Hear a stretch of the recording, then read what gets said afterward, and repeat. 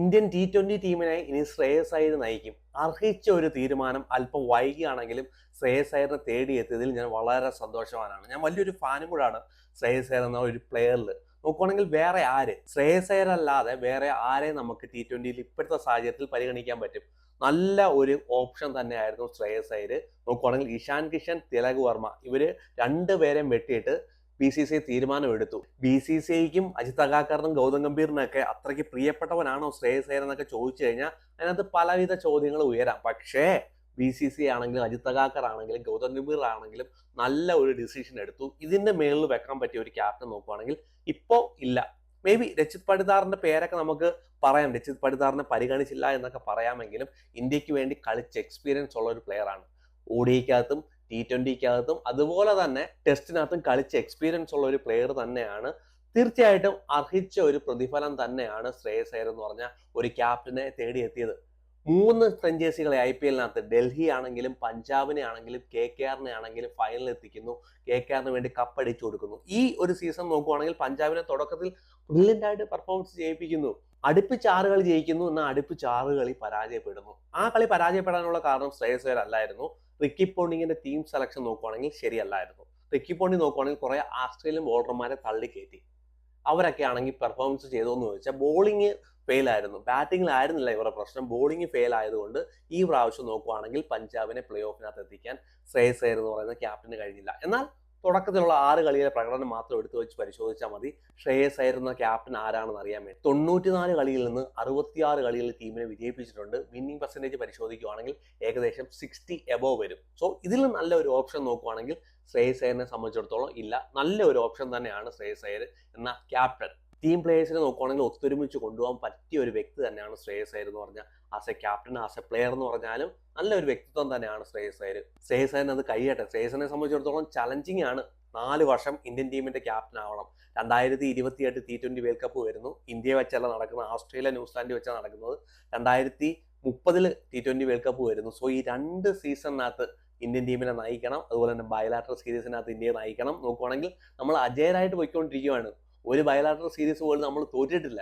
May be Bumrah നോക്കുവാണെങ്കിൽ എല്ലാ മത്സരങ്ങളും കളിച്ചില്ലെന്ന് വരാം. സോ ഈ ഒരു ടീമിനെ വെച്ച് മുമ്പോട്ട് ഓടിക്കുക എന്ന് വെച്ചാൽ അല്പം ചലഞ്ചിങ് ഒക്കെ തന്നെയാണ്. പക്ഷേ BCCI നോക്കുവാണെങ്കിൽ നല്ല ഒരു ടീമിനെ തന്നെയാണ് ശ്രേയസ് അയ്യറിന് കൊടുത്തതെന്നാണ് എൻ്റെ വ്യക്തിപരമായ ഒരു അഭിപ്രായം. സൂര്യകുമാർ യാദവ് ഇന്ത്യക്ക് 3ാമത്തെ ടൈറ്റിൽ അണിയിച്ചു കൊടുത്തതിന് നന്ദി സ്കൈ. നല്ല രീതിയിൽ ഇന്ത്യൻ ടീമിനെ നയിച്ചു. നല്ലൊരു ക്യാപ്റ്റൻ ആയിരുന്നു, ഒരു അഗ്രസീവ് ക്യാപ്റ്റൻ തന്നെയായിരുന്നു. നോക്കുവാണെങ്കിൽ കറക്റ്റ് ആയിട്ടുള്ള ബോളിംഗ് റൊട്ടേഷൻസ് ഒക്കെ കൊണ്ടുവരാൻ സൂര്യകുമാർ യാദവിന് കഴിഞ്ഞിട്ടുണ്ട്. ക്രൂഷ്യൽ ആയിട്ടുള്ള മത്സരങ്ങൾ, കൈവിട്ട് പോകുന്നു തോന്നിയ മത്സരങ്ങൾ പോലും സൂര്യകുമാർ യാദവിന്റെ ക്യാപ്റ്റൻസി കൊണ്ട് ടീം വിജയിച്ചിട്ടുണ്ട്. ഒരുപാട് എക്സ്പെരിമെന്റ് ഒക്കെ ടീമിനകത്ത് നടത്തുന്ന ഒരു പ്ലെയറും കൂടെയാണ് സൂര്യകുമാർ യാദവ്. ഏഷ്യ കപ്പ് ഇന്ത്യക്ക് വേണ്ടി നേടിത്തന്നു. അതുപോലെ തന്നെ T20 വേൾഡ് കപ്പ് ഇന്ത്യയിൽ വെച്ച് നടന്ന കളി ഇന്ത്യക്ക് തന്നെ വാങ്ങിക്കൊടുക്കാൻ സൂര്യകുമാർ യാദവ് എന്ന് പറഞ്ഞ ക്യാപ്റ്റന് കഴിഞ്ഞു. 80-ന് മേൽ വിന്നിംഗ് പെർസെൻറ്റേജ് ഉള്ള ഒരു ക്യാപ്റ്റനാണ്. വേറെ ആരുമില്ല അങ്ങനെ ഒരു വിന്നിംഗ് പെർസെൻറ്റേജ് ഉള്ള ഒരു ക്യാപ്റ്റൻ. ഇന്ത്യ നോക്കുവാണെങ്കിൽ 2024 മുതൽ 2026 വരെ പോയിന്റ് ടേബിൾ 1ാം സ്ഥാനത്ത് വെച്ചു. പക്ഷേ സൂര്യകുമാർ യാദവ് എന്ന ബാറ്റ്സ്മാൻ ഒരു വൻ പരാജയം തന്നെയായിരുന്നു. 2025 സൂര്യകുമാർ യാദവിന്റെ ആവറേജ് പരിശോധിക്കുകയാണെങ്കിൽ കേവലം 16ന്റെ ആവറേജ് മാത്രമായിരുന്നു സൂര്യകുമാർ യാദവ് എന്ന ബാറ്റ്സ്മാൻ ഉള്ളത്. എന്നാൽ 2026 അത് ബെറ്റർ ചെയ്തു, ഒരു 40ലോട്ട് ഉയർത്തി. പക്ഷേ T20 വേൾഡ് കപ്പിന് US-നെതിരാണ് ഒരു നല്ലൊരു പെർഫോമൻസ് കാഴ്ചവെച്ചത്. അത് കഴിഞ്ഞ് നോക്കുവാണെങ്കിൽ ഒരു പെർഫോമൻസ് കാഴ്ചവെച്ചില്ല. ഒരു മാച്ച് വിന്നിംഗ് നോക്ക് തന്നെയായിരുന്നു USA-ക്കെതിരെ കാഴ്ചവെച്ചത്. നമ്മൾ തോറ്റുപോയനെ. പക്ഷെ അവിടെ നോക്കുവാണെങ്കിൽ ക്യാപ്റ്റൻ ടീമിനെ മുമ്പിൽ നിന്ന് നയിച്ചു, ടീമിനെ വിജയിപ്പിച്ചു. അല്ലെങ്കിൽ പാകിസ്ഥാൻ US-നെതിരെ തോറ്റതുപോലെ ഇന്ത്യയും US-നെതിരെ തോറ്റേനെ, ഒരു നാണക്കേടിന്റെ റെക്കോർഡ് നമുക്ക് കിട്ടിപ്പോയനെ. അവിടെ നോക്കുവാണെങ്കിൽ ടീമിന് രക്ഷകനായിട്ട് മാറി. പക്ഷേ ഈ പ്രാവശ്യത്തെ IPL സൂര്യകുമാർ യാദവിനെ സംബന്ധിച്ചിടത്തോളം വളരെ ശോകമായിരുന്നു. IPL തീർന്നപ്പോൾ നേരെ പോയത് വീട്ടിലോട്ടല്ല സൂര്യകുമാർ യാദവ്. മുംബൈ പ്രീമിയർ ലീഗ് കളിച്ചുകൊണ്ടിരിക്കുകയാണ് സൂര്യകുമാർ യാദവ്. 2 കളിയിൽ നോക്കുവാണെങ്കിലും സൂര്യകുമാർ യാദവ് വൻ പരാജയമായിട്ട് മാറി. Suryakumar Yadav as a captain അല്ലായിരുന്നെങ്കിൽ T20 വേൾഡ് കപ്പിനകത്ത് Suryakumar Yadav as a batsman ആയിട്ട് കാണത്തില്ലായിരുന്നു. BCCI കറക്റ്റ് ആയിട്ടുള്ള ഡിസിഷൻ എടുത്തു. Suryakumar Yadav as a captain, Suryakumar Yadav as a player T20 സ്കോറിനകത്ത് ഇല്ല. ഇനി തിരിച്ചു വരുമോ എന്ന് ചോദിച്ചു കഴിഞ്ഞാൽ അത്രമാത്രം വലിയൊരു ഇന്നിങ്സ് സൂര്യകുമാർ യാദവ് കാഴ്ച വെക്കുമോ ഇനിയുള്ള സമയങ്ങൾ കാത്തിരുന്ന് കാണാം. സൂര്യകുമാർ യാദവ് ഇനി ഇന്ത്യയുടെ T20 സൈഡിലോട്ട് തിരിച്ചു വരാൻ കഴിയുമോ ആസ് എ ഒരു പ്ലെയർ ആയിട്ടെങ്കിലും.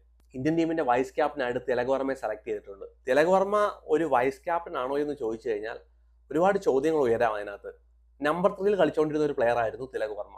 നമ്പർ 3 പെർഫോമൻസ് മോശമായതുകൊണ്ട് എക്സ്പെഷ്യലി സ്പിന്നർമാർക്കെതിരെ അത്ര ബെറ്റർ റെക്കോർഡ് ഇല്ലാത്തതുകൊണ്ട് തിലകവർമ്മ എന്നാ ചെയ്തു, നമ്പർ 5 എടുത്ത് കളഞ്ഞു. നമ്പർ 5 തിലകവർമ്മ പോയപ്പോഴത്തേന് എന്നാ സംഭവിച്ചത്, റിങ്കു സിംഗിന്റെ ചാൻസ് തീർന്നു. റിങ്കു സിംഗിനെ നോക്കുവാണെങ്കിൽ ഈ 3 സീരീസിനകത്തും എടുത്തിട്ടില്ല.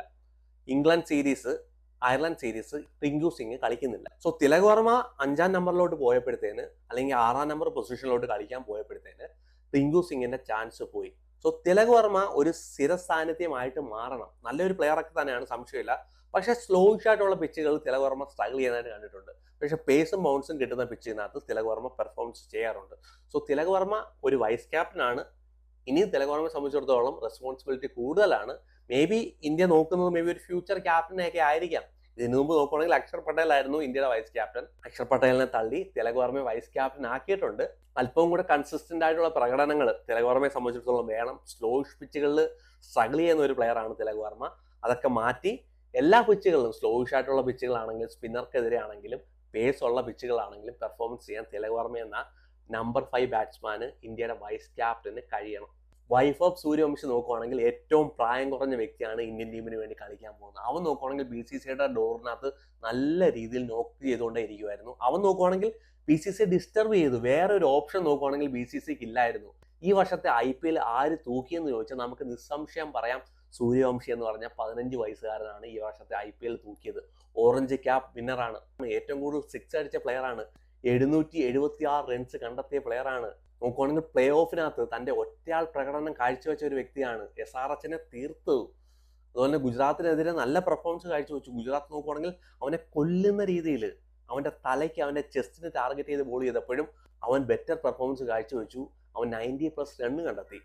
നോക്കുവാണെങ്കിൽ ഒരു സെഞ്ചുറി എടുത്തു, 6 ഹാഫ് സെഞ്ചുറി ഉണ്ട്. നോക്കുവാണെങ്കിൽ 2 കളിയിൽ 90+ എടുത്തു. ലക്കില്ലായിരുന്നു, അല്ലെങ്കിൽ 3 സെഞ്ചുറി നോക്കുവാണെങ്കിൽ വൈഫ് ഓഫ് സൂര്യവംശി എടുത്തു പോയേനെ. വൈഫ് ഓഫ് സൂര്യവംശി നോക്കുവാണെങ്കിൽ അവൻ പെർഫോമൻസ് ചെയ്തു. BCCIക്ക് അവന്റെ പെർഫോമൻസിനെ കണ്ടില്ലെന്ന് നടിക്കാൻ പറ്റിയില്ല. നോക്കുവാണെങ്കിൽ ഒരു വലിയ ബ്രാൻഡായിട്ട് അവൻ വളർന്നു. സൂര്യവംശി കളിക്കാൻ വരുന്നുണ്ടെന്ന് പറഞ്ഞു കഴിഞ്ഞാൽ, സൂര്യവംശി ടീമിനൊപ്പം ഉണ്ടെന്ന് പറഞ്ഞു കഴിഞ്ഞാൽ ആൾക്കാർ തള്ളി കയറും. അതുപോലത്തെ ഒരു ക്രൗഡ് പുള്ളറായിട്ട് സൂര്യവംശി മാറി. പലരും രാജസ്ഥാൻ റോയൽസിനെ ഫോളോ ചെയ്തത് രാജസ്ഥാൻ റോയൽസിനോടുള്ള ഇഷ്ടം കൊണ്ടല്ല, സൂര്യവംശിയുടെ കളി കാണുമല്ലോ എന്ന് വെച്ചിട്ടാണ് പലരും നോക്കുവാണെങ്കിൽ രാജസ്ഥാൻ റോയൽസിനെ ഫോളോ ചെയ്തത്. സോ സൂര്യവംശി എന്ന് പറഞ്ഞ ഒരു വലിയൊരു ബ്രാൻഡായിട്ട് മാറി. ഈ വലിയൊരു ബ്രാൻഡ്, ഈ വലിയൊരു മരം ആരുടെ തലയാണ് വെട്ടാൻ പോകുന്നത്? സഞ്ജു സാംസന്റെ തലയാണോ, അഭിഷേക് ശർമ്മയുടെ തലയാണോ, ഇഷാൻ കിഷന്റെ തലയാണോ സൂര്യവംശി വെട്ടുക എന്നുള്ളത് കാത്തിരുന്ന് കാണാം. അയർലൻഡ് സീരീസിനകത്തും ഇംഗ്ലണ്ട് സീരീസിനകത്തും ഏഷ്യൻ ഗെയിംസിനകത്തും സൂര്യവംശി സെലക്ട് ആയിട്ടുണ്ട്. പക്ഷേ ഫസ്റ്റ് ഓപ്പണറായിട്ട് അല്ല എന്ന് തന്നെയാണ് ഞാൻ പൂർണ്ണമായിട്ട് വിശ്വസിക്കുന്നത്. ഫസ്റ്റ് ഓപ്പണറായിട്ട് അഭിഷേക് ശർമ്മയും സഞ്ജു സാംസണും തന്നെ ആയിരിക്കും ഇന്ത്യയുടെ ഫസ്റ്റ് ഓപ്പണർ. പക്ഷേ ഇവര് 3 പേരെ സംബന്ധിച്ചിടത്തോളം, അഭിഷേക് ശർമ്മ, സഞ്ജു സാംസൺ, ഇഷാൻ കിഷനെ സംബന്ധിച്ചിടത്തോളം ഇനി ഉറക്കമില്ലാത്ത രാത്രികളായിരിക്കും. അവർക്ക് പെർഫോമൻസ് ചെയ്താലേ പറ്റത്തുള്ളൂ. അവർ പെർഫോമൻസ് ചെയ്തില്ല എങ്കിൽ മുറവിളി ഉയരും. സൂര്യവംശി ഇന്ത്യക്ക് വേണ്ടി പ്ലേയിങ് 11 കളിക്കേണ്ടതായിട്ട് വരും. ഇവരിൽ 3 പേരിൽ ആർക്കെങ്കിലും ഒരാൾക്ക് മേ ബി സ്ഥാനം നഷ്ടപ്പെട്ടേക്കാം. നോക്കുവാണെങ്കിൽ സഞ്ജു സാംസണും അഭിഷേക് ശർമ്മയ്ക്കും ഇഷാൻ കിഷനും നോക്കുവാണെങ്കിൽ ഒരു ഇൻസെക്യൂരിറ്റി ഫീൽ ചെയ്യാനുള്ള ചാൻസ് വളരെ കൂടുതലാണ്. സൂര്യവംശി എന്ന് പറഞ്ഞ ഒരു പ്ലെയർ ബെഞ്ചിൽ ഇരിക്കുന്നത്. സോ ഇവർക്ക് പെർഫോമൻസ് ചെയ്താലേ പറ്റത്തുള്ളൂ, കൺസിസ്റ്റന്റ് ആയിട്ട് പെർഫോമൻസ് ചെയ്താലേ പറ്റത്തുള്ളൂ. ഇവരുടെ പെർഫോമൻസ് ഏതെങ്കിലും രീതിയിൽ മോശമായി പോയാൽ, ലക്ക് ഇവരുടെ കൂടെ ഇല്ല എങ്കിൽ സൂര്യവംശി ഇന്ത്യയുടെ T20യുടെ ഓപ്പണറായിട്ട് മാറാനുള്ള എല്ലാവിധ സാധ്യതകളും ഉണ്ട്. So best of luck. ഈ 3 സീരീസിനകത്ത് നോക്കുവാണെങ്കിൽ ഹാർദിക് പാണ്ഡ്യ എന്ന് പറയുന്ന ഇന്ത്യയുടെ ഒരു മാച്ച് വിന്നർ, ഒരു ഓൾറൗണ്ടറെ കാണാനില്ല എന്ന് പറയുന്നതാണ് എന്നെ സംബന്ധിച്ചിടത്തോളം വലിയൊരു സർപ്രൈസ്. BCCI മടുത്തോ ഹാർദിക് പാണ്ഡ്യ? എന്താണ് ഹാർദിക് പാണ്ഡ്യക്കെതിരെ സംഭവിക്കുന്നത്? BCCI നോക്കുവാണെങ്കിൽ 3 സീരീസിനകത്തും ഹാർദിക് പാണ്ഡ്യ പരിഗണിക്കുന്നില്ല. ഏഷ്യൻ ഗെയിംസിനകത്ത് ബുംറ തിരിച്ചു വരുന്നുണ്ട്. ഇംഗ്ലണ്ടിനെതിരെയും അയർലൻഡിനെതിരെയും ബുംറ കളിക്കുന്നില്ല. പക്ഷേ ഏഷ്യൻ ഗെയിംസിൽ ഇന്ത്യയുടെ മെയിൻ സ്കോഡ് കളിക്കുമ്പോഴത്തേന് ഇന്ത്യയുടെ മാച്ച് വിന്നറായ ഹാർദിക് പാണ്ഡ്യ എന്തുകൊണ്ട് ടീമിലേക്കില്ല? ഹാർദിക് പാണ്ഡ്യയുടെ അവസാനത്തെ മാച്ച് ആണോ T20യിൽ വേൾഡ് കപ്പിന്റെ ഫൈനൽ എന്നുള്ള ഒരു ചോദ്യമാണ് ഇപ്പൊ നിലനിൽക്കുന്നത്. ഹാർദിക് പാണ്ഡ്യ നോക്കുകയാണെങ്കിൽ ഒരു ഇഞ്ചുറി കൺസേൺ ഉള്ള പ്ലെയർ ആണ്. പിന്നെ ഹാർദിക് പാണ്ഡ്യയും BCCIയുമായിട്ട് അത്ര നല്ല ഒരു ടേംസ് ആൻഡ് കണ്ടീഷൻ അല്ല എന്നാണ് പല ന്യൂസുകളും പുറത്തേക്ക് വരുന്നത്. നോക്കുവാണെങ്കിൽ ഹാർദിക് പാണ്ഡ്യയുടെ ക്യാരക്ടർ ആവാം, പലതും ആകാം. പക്ഷേ ഹാർദിക് പാണ്ഡ്യ നോക്കുവാണെങ്കിൽ 3 സീരീസിനകത്തും ഹാർദിക് പാണ്ഡ്യ കാണുന്നില്ല. മേ ബി ഹാർദിക് പാണ്ഡ്യ ഇനി T20 സൈഡിലോട്ട് തിരിച്ചു വരുമോ എന്നുള്ള കാര്യത്തിൽ സംശയമാണ്. നിതീഷ് കുമാർ റെഡ്ഡി എന്ന് പറയുന്ന ഒരു ഓൾറൗണ്ടറെ, പേസ് ബോളിംഗ് ഓൾറൗണ്ടറെ 3 സീരീസിനകത്തും കളിപ്പിക്കുന്നുണ്ട്. സോ നിതീഷ് കുമാർ റെഡ്ഡി ആണോ ഹാർദിക് പാണ്ഡ്യയുടെ വിലങ്ങ് തടിയായി മാറിയത്? ഇതിനു മുമ്പ് പരിശോധിക്കുകയാണെങ്കിൽ ഒരു ലൈക്ക് ടു ലൈക്ക് റിപ്ലേസ്മെന്റ് നോക്കുകയാണെങ്കിൽ ഹാർദിക് പാണ്ഡ്യക്ക് ഇല്ലായിരുന്നു. ശിവൻ ദുബെ നോക്കുകയാണെങ്കിൽ ഒരു ലൈക്ക് ടു ലൈക്ക് റിപ്ലേസ്മെന്റ് അല്ല. 140+ ടച്ച് ചെയ്ത് ബോൾ ചെയ്യാൻ കഴിയാവുന്ന ഒരു ബോളർ അല്ല ശിവൻ ദുബെ. പക്ഷേ ഈ IPL-നകത്ത് നമ്മൾ കണ്ടത് നിതീഷ് കുമാർ റെഡ്ഡി 140+ ടച്ച് ചെയ്ത് ബോൾ ചെയ്യുന്നുണ്ട്. അതുപോലെ തന്നെ പവർ പ്ലേക്കകത്ത് വന്ന് വിക്കറ്റ് എടുക്കുന്നുണ്ട്. ബാറ്റിങ്ങിലും നല്ല ഒരു സാന്നിധ്യമായിട്ട് നിതീഷ് കുമാർ റെഡ്ഡി മാറിയത് ഹാർദിക് പാണ്ഡ്യയ്ക്ക് ഒരു വിലങ്ങുതടിയായി മാറിയോ? ഹാർദിക് പാണ്ഡ്യയുടെ പേര് വെട്ടാൻ ഒരു വിലങ്ങുതടിയായി മാറിയോ എന്ന കാര്യത്തിലാണ് സംശയം. നമുക്കറിയാം ഈ IPL നോക്കുകയാണെങ്കിലും ഹാർദിക് പാണ്ഡ്യ എന്ന് പറഞ്ഞ ഒരു പ്ലെയറിനെ സംബന്ധിച്ചിടത്തോളം വളരെ മോശമായിരുന്നു ആസ് എ ക്യാപ്റ്റൻ. പക്ഷേ ഒരിക്കലും ഞാൻ അംഗീകരിക്കുന്നില്ല ഹാർദിക് പാണ്ഡ്യ ഇന്ത്യൻ ടീമിന് വേണ്ടി വേറെ ഒരു തലത്തിൽ കളിക്കുന്ന ഒരു പ്ലെയറാണ്, ഒരു ബീസ്റ്റ് തന്നെയാണ്, എനിക്ക് അതിനകത്തൊരു സംശയമില്ല. പക്ഷേ എന്താണെന്നുള്ളത് BCCI ആണ് കൺഫേം ചെയ്യേണ്ടത്. ഇനി എന്തെങ്കിലും തരത്തിലുള്ള റെസ്റ്റ് കൊടുക്കുകയാണോ? റെസ്റ്റ് കൊടുക്കുന്നുണ്ടെങ്കിൽ ഓക്കെ, ബുംറയ്ക്ക് റെസ്റ്റ് കൊടുത്തു. പക്ഷേ ഏഷ്യൻ ഗെയിംസിൽ ബുംറ തിരിച്ചു വരുന്നു, ഹാർദിക് പാണ്ഡ്യ തിരിച്ചു വരാത്തത് എന്നെ സംബന്ധിച്ചിടത്തോളം ഒരു കൺസേൺ തന്നെയാണ്. എന്താണെന്നുള്ളത് BCCI ആണ് തെളിയിക്കേണ്ടത്. പക്ഷേ ഞാൻ ഇപ്പോഴും പൂർണ്ണമായിട്ട് വിശ്വസിക്കുന്നു ഹാർദിക് പാണ്ഡ്യ T20 സൈഡിനകത്ത് അത്യാവശ്യം തന്നെയാണെന്നാണ് എൻ്റെ ഒരു വിലയിരുത്തൽ. നിതീഷ് കുമാർ റെഡ്ഡിയൊക്കെ നമുക്ക് ഓക്കെ, മേ ബി ഒരു ഫ്യൂച്ചറിൽ ഒരുപാട് മാച്ച് ടൈം കൊടുക്കാൻ ആഗ്രഹിക്കുന്നുണ്ടായിരിക്കും BCCI. പക്ഷേ ഹാർദിക് പാണ്ഡ്യയെ ഒഴിവാക്കുന്നത് ഇന്ത്യൻ ടീമിന് എത്രമാത്രം ഗുണം ചെയ്യുമെന്നുള്ളത് വരും കാലങ്ങളിൽ കാത്തിരുന്ന് കാണാം. അതുപോലെ തന്നെ കുൽദീപ് യാദവ് പരിഗണിക്കുന്നില്ല. 3 സീരീസിനകത്തും കുൽദീപ് യാദവിനെ പരിഗണിക്കുന്നില്ല. രവി ബിഷ്ണോയിയെ പരിഗണിക്കുന്നുണ്ട്. കുൽദീപ് യാദവിന്റെ നോക്കുവാണെങ്കിൽ കുറച്ച് നാളുകളായിട്ട് കുൽദീപ് യാദവിന്റെ ആ ഒരു ഫോം നമുക്കറിയാം. ODIക്കകത്താണെങ്കിലും T20കകത്താണെങ്കിലും ഇപ്പോഴത്തെ IPL-നകത്താണെങ്കിലും വളരെ മോശമായിട്ടുള്ള ഒരു ഫോം തന്നെയായിരുന്നു. ഇന്ത്യയുടെ ഒരു മെയിൻ ബോർഡർ തന്നെയായിരുന്നു. പക്ഷെ ആ ഒരു പ്രകടനം IPL-നകത്തും കാഴ്ചവെക്കുന്നില്ല. അത് കാരണമായിരിക്കാം T20 സൈഡിലോട്ട് കുൽദീപ് യാദവിനെ പരിഗണിക്കുന്നില്ല, രവി ബിഷ്ണോയിയെ പരിഗണിക്കുന്നു.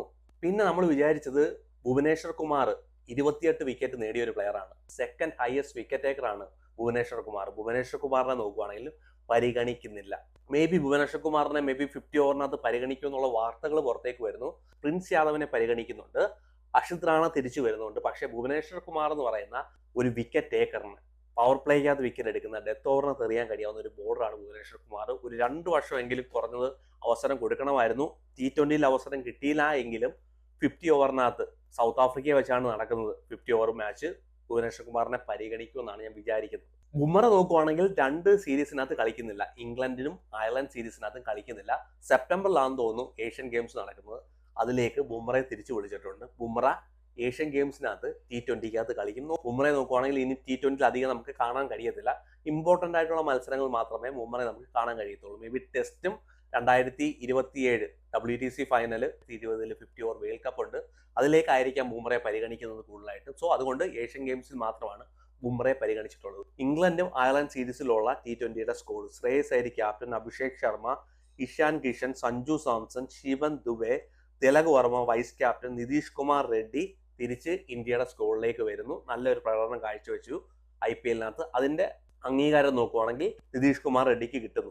അക്ഷർ പട്ടേൽ സുന്ദറിനെ ടീമിൽ നിലനിർത്തുന്നു, വരുൺ ചക്രവർത്തിയെ ടീമിൽ നിലനിർത്തുന്നു, രവി ബിഷ്ണോയിയെ ടീമിലേക്ക് തിരിച്ചു കൊണ്ടുവരുന്നു, മുഹമ്മദ് സിറാജ് ടീമിലേക്ക് വരുന്നു, അക്ഷിത് റാണ ഇഞ്ചുറിക്ക് ശേഷം ടീമിലേക്ക് വരുന്നു, അർഷ്ദീപ് സിംഗിനെ നിലനിർത്തുന്നു. പ്രിൻസ് യാദവ് എന്ന് പറയുന്ന ഡെബ്യൂട്ട് IPL-നകത്ത് മിന്നും പ്രകടനം കാഴ്ചവെച്ച പ്രിൻസ് യാദവ്, വിരാട് കോഹ്ലിയുടെ കുറ്റി തെറിപ്പിച്ച പ്രിൻസ് യാദവിനെ ഇംഗ്ലണ്ട് സീരീസിലും അയർലൻഡ് സീരീസിലും ടീമിലേക്ക് കൊണ്ടുവരുന്നു. അതുപോലെ തന്നെ സൂര്യവംശി. ഇതാണ് അയർലൻഡ് ഇംഗ്ലണ്ട് സീരീസിനകത്തുള്ള ടീം. ഇനി ഏഷ്യൻ ഗെയിംസിനകത്തുള്ള ഒരു ടീമിനെ പരിശോധിക്കാം. ജപ്പാനിൽ നടക്കുന്ന ഏഷ്യൻ ഗെയിംസിനകത്തുള്ള ടീമിൽ ശ്രേയസ് അയ്യർ തന്നെയാണ് ക്യാപ്റ്റൻ, അഭിഷേക് ശർമ്മ, സഞ്ജു സാംസൺ, ഇഷാൻ കിഷൻ, ശിവൻ ദുബെ, തിലക് വർമ്മ, നിതീഷ് കുമാർ റെഡ്ഡി.